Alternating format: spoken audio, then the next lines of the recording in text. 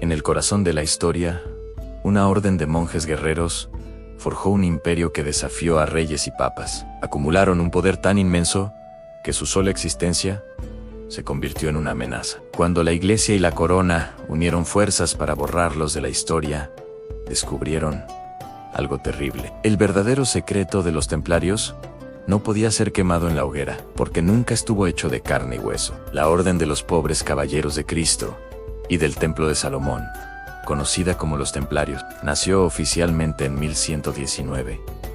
Su misión pública era noble y clara: proteger a los peregrinos cristianos que viajaban a Tierra Santa. Sin embargo, detrás de esta fachada de piedad y acero, se ocultaba un propósito mucho más profundo, uno que cambiaría para siempre el equilibrio de poder en Europa. No eran simples soldados de la fe, eran custodios de algo que la cristiandad temía y codiciaba a partes iguales. Su verdadero campo de batalla no estaba en las dunas de Palestina, sino bajo los cimientos de la propia fe. Durante años, excavaron metódicamente bajo las ruinas del Templo de Salomón en Jerusalén, el lugar más sagrado y enigmático del mundo antiguo. ¿Qué buscaban con tanto ahínco en las entrañas de la tierra sagrada? Las crónicas oficiales hablan de proteger el lugar, pero los susurros en cortes y monasterios contaban otra historia. Hablaban de la búsqueda de reliquias perdidas,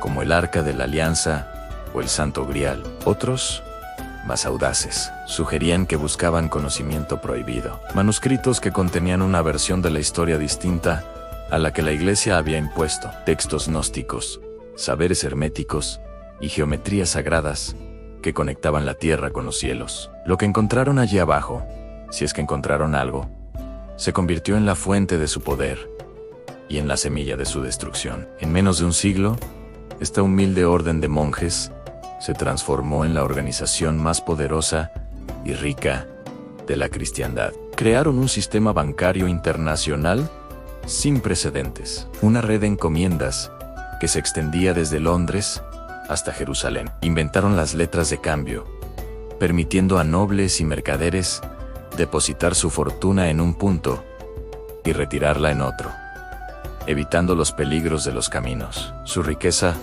se volvió legendaria, su influencia ilimitada. Reyes y príncipes acudían a ellos en busca de préstamos para financiar sus guerras y sus reinos. La corona de Francia, la más poderosa de Europa, se convirtió en su mayor deudora. Los templarios no solo manejaban el dinero del mundo, manejaban los secretos de sus gobernantes. Se convirtieron en un estado dentro de otro estado, con su propia flota, su propio ejército y una lealtad que solo respondía, en teoría, ante el Papa Ampero.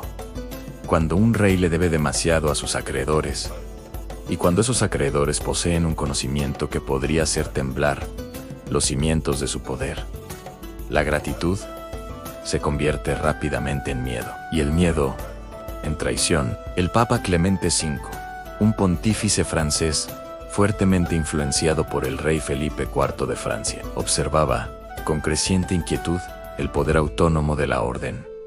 Los templarios se habían vuelto demasiado independientes, demasiado ricos y, sobre todo, demasiado silenciosos sobre la naturaleza de sus secretos. La Iglesia, que había bendecido su nacimiento, ahora veía en ellos una herejía latente, una espina clavada en el corazón de la ortodoxia romana.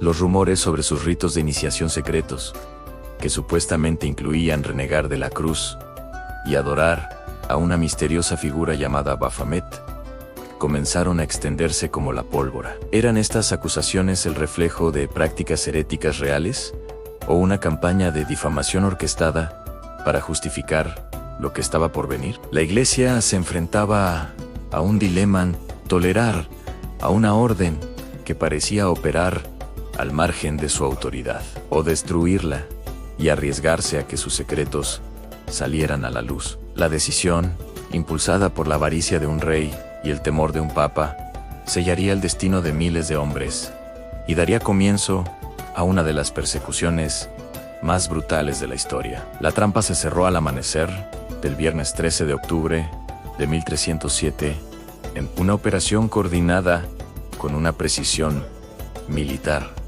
aterradora. Los hombres del rey Felipe IV arrestaron simultáneamente a todos los templarios de Francia. Fueron sacados de sus camas, encadenados y arrojados a las mazmorras. Las acusaciones eran monstruosas en herejía, sodomía, idolatría, escupir sobre la cruz. Bajo torturas inhumanas, muchos caballeros confesaron crímenes que nunca cometieron. Sus testimonios, extraídos con hierro candente y en el potro de tortura, fueron la prueba que el rey necesitaba para legitimar su asalto. El gran maestre, Jacques de Molay, y otros altos dignatarios fueron sometidos a un juicio que fue una farsa desde el principio. La Iglesia, que debería haberlos protegido, les dio la espalda. Clemente B, presionado por Felipe, disolvió oficialmente la Orden del Temple mediante la bula papal Vox in Excelso.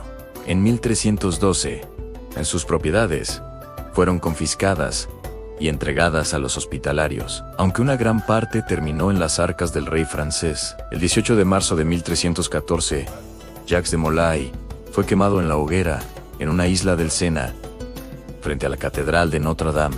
Antes de morir, las crónicas dicen que maldijo al rey Felipe y al Papa Clemente, emplazándolos a comparecer ante el tribunal de Dios en el plazo de un año. Ambos murieron antes de que terminara ese año. Oficialmente, la Orden del Temple había sido aniquilada, pero ¿realmente desaparecieron? La flota templaria, anclada en el puerto de La Rochelle, zarpó misteriosamente la noche antes de los arrestos y nunca más fue vista. El legendario tesoro de los templarios, el oro y la plata acumulados durante 2 siglos, jamás fue encontrado en las arcas de Parisán. Se esfumó, como si nunca hubiera existido. Muchos creen que la orden simplemente pasó a la clandestinidad, que los caballeros supervivientes, advertidos de la traición, escaparon llevando consigo no solo su oro, sino algo mucho más valioso, su conocimiento. Algunos huyeron a Escocia, donde encontraron refugio bajo la protección de Robert de Bruce,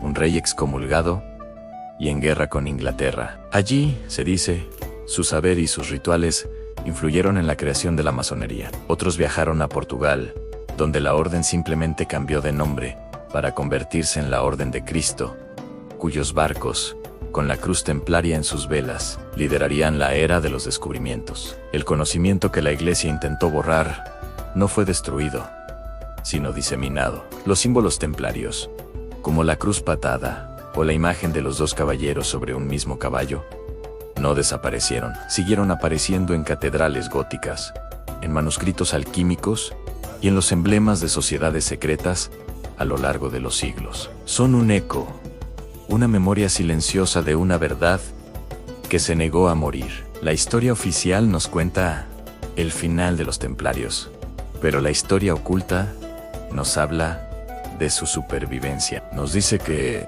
el secreto que la Iglesia nunca pudo borrar no era una reliquia física, sino una idea, la idea de que existía un conocimiento más antiguo y más profundo que el dogma oficial, una conexión directa con lo divino, que no necesitaba intermediarios. Este conocimiento, dicen, fue cuidadosamente preservado, transmitido de iniciado a través de los siglos, esperando el momento adecuado para resurgir. Las catedrales góticas, financiadas y posiblemente diseñadas por los templarios, podrían ser libros de piedra que contienen esta sabiduría codificada en su geometría sagrada, sus gárgolas y sus vitrales. La leyenda del Baphomet, lejos de ser un demonio, podría haber sido la representación de un principio hermético, la unión de los opuestos, un símbolo de la sabiduría que la Iglesia